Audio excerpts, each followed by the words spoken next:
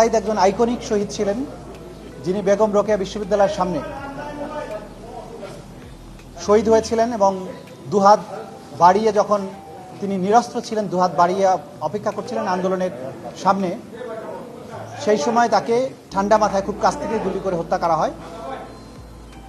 এই হত্যাকাণ্ডের মাধ্যমে জুলাই বিপ্লবের আন্দোলন অনেক বেশি গতি পায় এবং সারা বাংলাদেশ জুড়ে আপামর সাধারণ ছাত্রছাত্রীদের সাথে বৈষম্য বিরোধী আন্দোলনের সাথে একাত্মতা প্রকাশ করেন এবং দিনে দিনে আন্দোলন তীব্রতর হয়।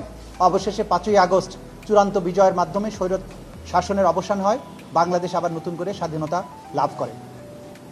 এই যে আবু সাঈদের হত্যাকাণ্ড, সেই হত্যাকাণ্ডের ব্যাপারে দীর্ঘ তদন্ত শেষে আমাদের আন্তর্জাতিক অপরাধ ট্রাইব্যুনালের তদন্ত সংস্থা তাদের রিপোর্ট দাখিল করেছিল।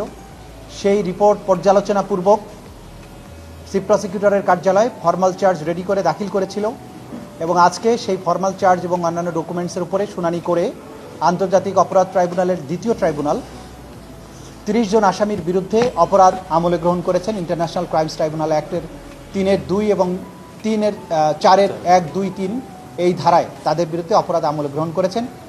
আগামী 10ই জুলাই পরবর্তী শুনানির জন্য দিন ধার্য করেছেন। ওই দিন যে 4 জন আসামি গ্রেপ্তারকৃত আছে তাদেরকে গ্রেপ্তার দেখানো পূর্বক তাদেরকে উপস্থিত করানোর জন্য জেল অথরিটিকে নির্দেশ দিয়েছেন এবং বাকি যে 26 জন আসামি আছে তাদেরকে গ্রেপ্তার করে ওই তারিখে হাজির করার জন্য আইন শৃঙ্খলা রক্ষাকারী বাহিনীর প্রতি নির্দেশ দিয়েছেন। সেই দিন আসামিদের উপস্থিতির পরে বিচারের জন্য যে স্বাভাবিক কার্যক্রম সেটা গৃহীত হবে। যদি সকল আসামি গ্রেপ্তার করা না যায় তাহলে পলাতক আসামিদের ব্যাপারে স্টেট ডিফেন্স লয়ার নিয়োগ করার জন্য আদালত আদেশ দিতে পারেন এবং তার মাধ্যমেই আনুষ্ঠানিক বিচারের যাত্রা শুরু হয়ে যাবে। তো যেহেতু একটা আইকনিক ঘটনার বিচারের তদন্ত আমরা শেষ করতে পেরেছি, আমাদের তদন্ত সংস্থা শেষ করতে পেরেছে, আমরা আনুষ্ঠানিক অভিযোগ দাখিলের মাধ্যমে এই আনুষ্ঠানিক বিচারের যাত্রা শুরু করতে পেরেছি।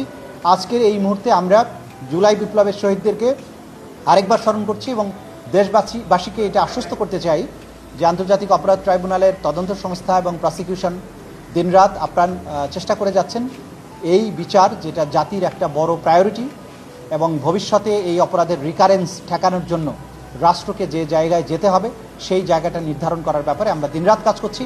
ইনশাআল্লাহ ক্রমান্বয়ে সবগুলো মামলার তদন্ত রিপোর্ট পাওয়া যাবে এবং বিচার প্রক্রিয়া তার নির্দিষ্ট গতিতেই এগিয়ে যাবে এবং বাংলাদেশে ন্যায় বিচার প্রতিষ্ঠিত হবে। বিচারের জন্য যতটুকু সময় প্রয়োজন বিচারের সেই গতিতে আগাচ্ছে এবং এইটাকে দ্রুততম সময়ের মধ্যে নিষ্পত্তি করা এবং পাশাপাশি ন্যায় বিচারের সকল স্ট্যান্ডার্ড মেনটেন করা, এই দুটোকে মেনটেন করে আমরা চলছি।